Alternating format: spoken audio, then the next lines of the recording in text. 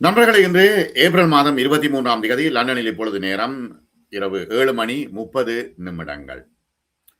முக்கியமான ஒரு பிரச்சனை என்னன்னா, ட்ரம்ப் ட்ரூத் சோஷியல்ல யோயோ விளையாடி கொண்டிருக்கிறார் என்று அமெரிக்க பத்திரிகைகள் சீற்றமடைந்திருக்கின்றன. அமெரிக்க பத்திரிகைகள் தொடர்ச்சியாக கண்டனம் தெரிவித்து வருகின்றன. உயிர்காக்கும் மருந்து பொருட்களுக்கு தொடர்ச்சியாக தட்டுப்பாடு ஏற்பட்டு வருகிறது. நாங்கள் ஏற்கனவே பார்த்தோம் என்ன, பெட்ரோல் விநியோகத்தில் மிகப்பெரிய சிக்கல் ஹோமூஸ் நீரிணை வழியாக தற்பொழுது அந்த பிளக்கேட், அந்த நீரிணையை மறைத்ததன் காரணத்தினால் அந்த பிரச்சனை இருந்து கொண்டிருக்கிறது. அது மட்டுமல்ல, உணவுப் பொருட்கள், உயிர்காக்கும் மருந்துகளுடைய பொருட்கள் இப்ப ஆபரேஷன் செய்ய முடியாமல் இருக்கிறது. முக்கியமான மருந்துகள் இல்லாம இப்ப யூகே பொறுத்தளவில் ஆபரேஷன் செய்கின்ற கால எல்லை நீடிக்கப்பட்டிருக்கிறது. அவர்கள் வெயிட்டிங் லிஸ்ட்ல போட்டு வைத்திருக்கிறார்கள். இது மிகப்பெரிய சிக்கலை தற்பொழுது உருவாக்கி இருக்கிறது.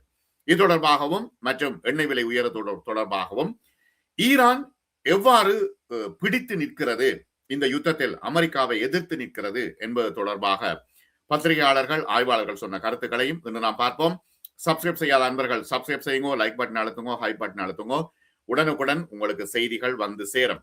முதல்ல நாம் பார்க்கின்ற விஷயம் என்னன்னா, ஈரானுக்கு எதிரான அமெரிக்கா மற்றும் இஸ்ரேலின் போர் ஏறக்குறைய எல்லாவற்றின் விலையையும் உயர்த்தி இருக்கிறது. மிக தெளிவாக தெரிகிறது.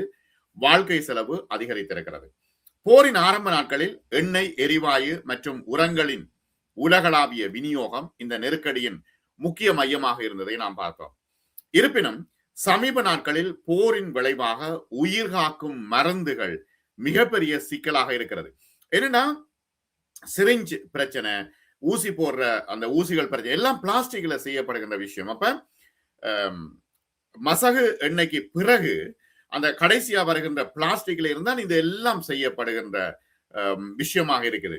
எனவே இந்த திடீர் பிளாஸ்டிக் இல்லாத காரணத்தினால இப்ப சேலை நேர்த்திர கனலா இருக்கட்டும், கனுவலா இருக்கட்டும், எல்லா விஷயங்களும் மிகப்பெரிய பிரச்சனையாக இருக்கிறது.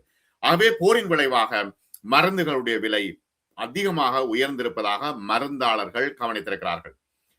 உதாரணமாக ஐக்கிய ராஜ்யத்தில் மருந்தகங்களில், இங்க பார்மசியில மருத்துவரின் பரிந்துரை சீட்டு இல்லாமல் வாங்கக்கூடிய மருந்துகளுக்கு 20 முதல் 30% வரை கூடுதலாக விலை கொடுக்க வேண்டிய ஒரு நிலைமை தற்பொழுது இருக்கிறது. நீங்க சொன்ன ஆச்சரியப்படுவீங்க, பாராசிட்டமோலின் விலை 4 மடங்காக உயர்ந்திருக்கிறது.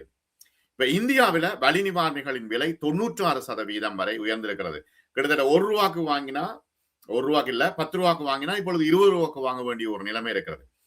இந்த விலை உயர்வுக்கு பின்னால் ட்ரம்பினுடைய இந்த சோசியல் மீடியா விளையாட்டு மிகப்பெரிய பிரச்சனையாக இருக்கிறது. உலகெங்கிலும் உள்ள நாடுகள் மோசமாக பாதிக்கப்பட்டு கொண்டிருக்கின்றன. போரின் ஆரம்ப நாட்கள் இருந்தே ஈரான் ஹோமூஸ் நீரிணையை தடுத்தது. அமைதி காலத்தில் உலகின் 20% எண்ணெய் மற்றும் திரவமாக்கப்பட்ட இயற்கை எரிவாயு LNG விநியோகம் இந்த நீரிணை வழியாகவே அனுப்பப்படுகிறது. எண்ணெய் விநியோகத்தை சார்ந்துள்ள மருந்து விநியோக சங்கிலியையும் இது சீர்குலைத்திருக்கிறது. மருந்துகள் பெட்ரோலிய வேதிப்பொருட்களோடு பிணைக்கப்பட்டிருக்கின்றன. அதன் பெரும்பகுதி பாரசீக வளைகுடா வழியாகவே வருகின்றன. உலக விவகாரங்களுக்கான கவுன்சிலின் வெளிநாட்டு மூத்த ஆய்வாளர் பேட்ரிக் ஷெர்னர் சொல்றார், கிழக்கு ஆசியா மற்றும் ஐரோப்பாவுக்கு இடையிலான மருந்துகள் உள்ளிட்ட பல முக்கியமான பொருட்கள், மருத்துவ பொருட்கள் வளைகுடா பகுதியில், குறிப்பாக துபாயில், முக்கியமாக கடல் மற்றும் வான்வழி போக்குவரத்துகள் இல்லாமலாக்கப்பட்ட பிறகு முழுவதுமாக நிப்பாடிவிட்டது. மருந்துகளுக்கு இப்ப தடையற்ற ஏசி வேணும். ஃப்ரிட்ஜில் வச்சு பாவிக்கக்கூடிய மருந்துகள் தான் அநேகமாக இருக்கின்றன. ஆகவே இந்த LNG வராமல் விட்டா பிறகு இந்த ஏசி பிரச்சனைப்படுது. ஆபரேஷன் செய்யறதுக்கும் இந்த LNG தேவை மிக முக்கியமான தேவையாக இருக்கிறது. ஆகவே போரின் காரணமாக எண்ணெயும் மருந்தும் மிக பெரும் சீர்குலைவுக்கு உள்ளாகி இருக்கிறது. வரத்து இல்ல.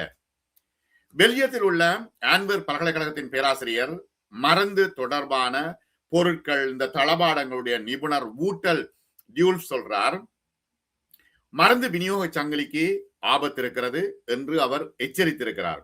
வான்வழியாக வர வேண்டிய விஷயங்களும் வருவதில்லை. ஈரான் மீதான அமெரிக்க இஸ்ரேல் போர் விமான நிறுவனங்களுக்கு கடுமையான இடையூறுகளை ஏற்படுத்தி இருக்கிறது. பரவலான விமான ரத்துக்கள், வான்வழி மூடர்கள். இப்ப வர இருக்கின்ற மிகப்பெரிய பிரச்சனை ஜெட் எரிபொருள் நெருக்கடி. இந்த ஜெட் எரிபொருள் நெருக்கடி வந்த உடனே டிக்கெட்டுகளுடைய விலையெல்லாம் அதிகரித்து விட்டன, இப்பவே அதிகரித்து விட்டன. தொடர்ந்து வருகின்ற நாட்களில் மிக அதிகரிக்கப் போவதாக ஆய்வாளர்கள் சொல்லிக் கொண்டிருக்கிறார்கள். 35% மருந்துகள் வான்வழியாகத்தான் கொண்டு வரப்படுகின்றன, எல்லா இடமும் கொண்டு செல்லப்படுகின்றன. 90% முக்கிய அல்லது உயிர்காக்கும் மருந்துகள் மற்றும் தடுப்பூசிகளும் வான்வழியாகத்தான் வருது. ஏன்னா ஏசியால வரணும், கப்பல வார நேரம் நீண்ட நேரம் எடுக்கும். அப்ப வான்வழி இந்த கப்பல் வான்வழி போக்குவரத்துல 22% மத்திய கிழக்கு இடையூறுகளால் பாதிக்கப்பட்டிருக்கிறது என்று அவர் கூறுகின்றார். எனவே தற்போதைய நிலைமைக்கு உலகளாவிய பௌதிக பற்றாக்குறையை விட தாமதங்கள், வழிமாற்றங்கள், இதனால் அதிக செலவு அதிகமாக இருக்கிறது. கிழக்கு மேற்கு வழித்தடங்களில் விமான சரக்கு கட்டணங்கள் அதிகரித்திருக்கின்றன. மருந்து பொருட்களின் விலையில் மிதமான விலை உயர்வு ஏற்பட்டிருக்கிறது. இப்ப லாப வரம்பு மிகவும் குறைவாக உள்ள ஜெனரிக் மருந்துகளில் விலையில் ஒப்பீட்டு உயர்வு அதிகமாக இருக்கிறது. இங்கிலாந்து மற்றும் இந்தியாவில் உள்ள மருந்தகங்கள் பொதுவாக தலைவலி, சளிக்கு சிகிச்சை அளிக்கப்படும் மருந்துகளின் விலை அதிகரித்திருக்கின்றன. இத்தகைய மருந்துகளை தயாரிக்க பயன்படுத்தப்படும் மூலப்பொருட்களின் விலையில் திடீர் உயர்வு ஏற்பட்டிருக்கிறது. 30 முதல் 40% வரை உயர்வு ஏற்பட்டிருக்கிறது. இப்ப தேசிய மருந்தக சங்கத்தின் தலைவர் ஒலிவர் பிகாட் தி கார்டியன் பத்திரிகையிடம் தெரிவிக்கும் பொழுது இங்கே மருந்துகளுடைய விலை தொடர்பான அச்சத்தை அவர் வெளிப்படுத்தி இருக்கின்றார். சில நாடுகளில் மருந்துகளின் விலை ஏற்கனவே உயரத் தொடங்கி இருக்கின்றன. உலகளாவிய ரீதியில் மிகப்பெரிய பிரச்சனை இருக்கிறது. அமெரிக்காவிடம் உள்நாட்டு ஹைட்ரோ கார்பன் மற்றும் பெட்ரோகெமிக்கல் விநியோகம் இருக்கிறது. சீனா தனது தேவையின் பெரும்பகுதியை ஏனைய இடங்களிலிருந்து பெற முடியும். இந்தியா முக்கியமான உற்பத்தியாளராக இருக்கிறது. வளைகுடா நாடுகளிலிருந்து விநியோக சங்கிலியை இந்தியா சார்ந்திருக்கிறது. உலகளாவிய மருந்து விநியோக வலையமைப்பில் முக்கிய தடையாக இருக்கிறது. ஐரோப்பிய ஒன்றியம் மருந்து பொருட்களை உள்ளடக்கிய ஒரு சமீபத்திய கையிருப்பை வைத்திருக்கிறது. அது சொல்றது 2 முதல் 10 மாதங்களுக்கு தேவையான மருந்து கையிருப்பு இருக்கிறது என்று சொல்கிறது. ஆனால் இங்கிலாந்தின் தேசிய சுகாதார சேவை NHS போன்ற சில அமைப்புகள் என்ன சொல்கின்றன, மிகப்பெரிய அபாய மணியை அடித்து வருகின்றன. சில வாரங்களில் பற்றாக்குறைகள் ஏற்படக்கூடும் என்று எச்சரித்து வருகின்றன. இதற்கிடையில டொனால்ட் ட்ரம்ப் ஈரான் மீது குண்டுமழை பொழிந்ததிலிருந்து உலகளாவிய எண்ணெய் விலை கிட்டத்தட்ட அவருடைய தனிப்பட்ட விளையாட்டாகவே மாறிவிட்டது என்று பத்திரிகைகள் கண்டிக்கின்றன. அவருடைய ரூட் சோஷியல்ல அவர் என்ன எழுதுகிறாரோ அதன்படி ஏறியும் இறங்கியும் வருகிறது. ஒரு ட்ரூ சோஷியல்ல ஒரு மெசேஜை போட்டா ஏறுது, அடுத்த நாள் ஒரு மெசேஜை போட்டா இறங்குது. உதாரணத்துக்கு பாருங்க, பிரெண்ட் கச்சா எண்ணெயின் முக்கிய விலை விரலுக்கு 100 தாண்டும் பொழுது ட்ரம்ப் ட்ரூ சோஷியல்ல ஒரு பதிவை வெளியிடுவார், அல்லது தொலைபேசியில் ஒரு பத்திரிகையாளரிடம் ஒரு சிறு செய்தியை பகிர்வார். உடனே விலை கீழே விழும். மற்ற நேரங்களில் ஈரானை ஒரு ஒப்பந்தத்துக்கு இணங்க வைக்கும் முயற்சியில் முழு நாகரிகங்களையும் அழித்து விடுவதாக அச்சுறுத்துவார். விலை திரும்ப உயர்ந்துவிடும். வர்த்தகர்கள் முன்பு சந்தையில் உள்ள அடிப்படை நிலைமைகளை, தேவையை பார்ப்பதில் தங்கள் நேரத்தை செலவழித்தார்கள். ஆனால் போர் ஆரம்பித்ததிலிருந்து டொனால்ட் ட்ரம்பின் சமூக ஊடகத்தை தான் எல்லாரும் பார்த்து கொண்டிருக்கின்றார்கள் என்று சந்தை ஆய்வாளர்கள் சொல்கின்றார்கள். எண்ணெய் விலை சாதாரணமாக வருவதற்கு ஏற்படுவதற்கான சாத்தியக்கூறுகள் இல்லை.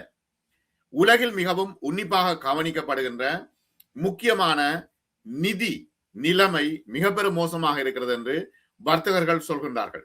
ஏன்னா மிகவும் பரவலாக மேற்கோள் காட்டப்படுகின்ற விலையான இந்த பிரெண்ட் ஃபியூச்சர்ஸ் போரின் எதிர்கால பாதை குறித்து முதலீட்டாளர்கள் பயந்து போயிருக்கிறார்கள். எரிசக்தி நெருக்கடியின் பௌதிக யதார்த்தத்தை ட்ரம்ப் புரிந்து கொள்கின்றார் இல்லை. பரவலாக நிதி சந்தைகள் இதையெல்லாம் பற்றி இவ்வளவு நிதானமாக இருப்பது எங்களுக்கு ஆச்சரியமாக இருக்கிறது என்று ஒரு பண்டக வர்த்தகர் சொல்கின்றார். எனவே 1 பில்லியன் பேரல் கச்சா எண்ணெய் விநியோகத்தை இழந்திருக்கிறது. 1 பில்லியன் பேரல் கச்சா எண்ணெய் விநியோகத்தை இழந்திருக்கிறது உலகம். உலகளாவிய ரீதியில் எண்ணெய் சந்தையை மிகப்பெரிய பாதிப்புக்குள்ளாக்கி இருக்கிறது. இப்போ ஒரு டேங்கர்ல ஏற்றப்பட இருக்கும் ஒரு பேரல் எண்ணெய்க்கு செலுத்தப்படும் விலை மிக அதிகமாக இருக்கிறது. இப்ப ஃபியூச்சர்ஸ் விலை அளவிடுவதை போல பல மாதங்களுக்கு முன்பாக கச்சா எண்ணெயை பெறுவதற்கான விலை நிர்ணயிக்கப்பட்டது. ஆனால் தற்பொழுது மிகப்பெரிய பிரச்சனையாக இருக்கிறது. ஒரு அமெரிக்க தாக்குதலுக்கு பிறகு பொதுவாக எந்த துல்லியத்தையும் கணிக்க முடியாமல் இருப்பதாக வியாபாரிகளும் சொல்கின்றார்கள். ராணுவ விளக்கங்கள் ஒரு ஒரு ஒருங்கிணைப்பு இல்லாமல் இருக்கிறது. இப்ப ஆரம்ப மதிப்பீடுகள் என்ன சொன்னது? 3 நாள்ல 5 நாள்ல முடித்து விட்டு திரும்பி விடுவோம் என்று. ஆனால் பயன் அற்றதாகவும் தீர்க்கமற்றதாகவும் இருக்கிறது. ஒரு கட்டுப்பாடு இல்லாம தரையட்டு போயிருக்கிறது. தவறாக ட்ரம்ப் வழிநடத்தப்பட்டு கொண்டிருக்கிறார் அல்லது அவரே அவ்வாறு யோசிக்கிறார். இப்ப அமெரிக்கா தான் தாக்க நினைப்பதை தாக்க முடியும் என்பதை நிரூபிக்கலாம். ஆனால் பெரிய அளவிலான மோதல் அடிப்படையில் மாறி இருக்கிறது. மிக முக்கியமான வேறுபாடுகளில் ஒன்று என்னென்றா தந்திரோபாய வெற்றிக்கும் மூலோபாய வெற்றிக்கும் இடையில பெரும் இடைவெளி இருக்கிறது. இது ஒரு உலகத்தையே சேதப்படுத்தி கொண்டிருக்கிறது என்று ஆய்வாளர்கள் சொல்கிறார்கள். மூலோபாய வெற்றி இப்பொழுது தோல்வி அடைந்து விட்டது. மோதலை தெளிவாக வரையறுக்கப்பட்ட இறுதி நிலையை நோக்கி நகர்கின்றதா என்றால் இல்லை, தெளிவற்றதாக இருக்கிறது. ராணுவ நடவடிக்கை பயனுள்ளதா என்றால் அது தொடர்பாகவும் சொல்ல முடியாமல் இருக்கிறது. எனவே ஒரு வியூக சிக்கலில் ட்ரம்ப் மாட்டுப்பட்டு உலகத்தையே குழப்பிக் கொண்டிருக்கின்றார். உயிர்காக்கும் மருந்துகளுக்கு பிரச்சனை, பெட்ரோலுக்கு பிரச்சனை, பொருட்களுக்கு பிரச்சனை, பொருட்கள் வெளியேறி கொண்டிருக்கின்றன. இவ்வளவு பிரச்சனைகளுக்கும் அவர் ஒரு ட்ரூ சோசியல் தளத்தில் ஒரு ட்வீட்டை போட்டுவிட்டு உட்கார்ந்திருக்கிறார். அவே இது மிக பெரும் நெருக்கடியான நிலைமையாக மாறிக்கொண்டிருக்கிறது என்று உலக ஆய்வாளர்கள் தெரிவிக்கிறார்கள். மற்றும் ஒரு காணொலியில் சந்திப்போம். சப்ஸ்கிரைப் செய்யாத நண்பர்கள் சப்ஸ்கிரைப் செய்யுங்க, லைக் பட்டன் அழுத்துங்க, ஹை பட்டன் அழுத்துங்க. உடனுக்குடன் உங்களுக்கு செய்திகள் வந்து சேரும். மிக நன்றி. மற்றும் ஒரு காணொலியில் சந்திப்போம். நன்றி.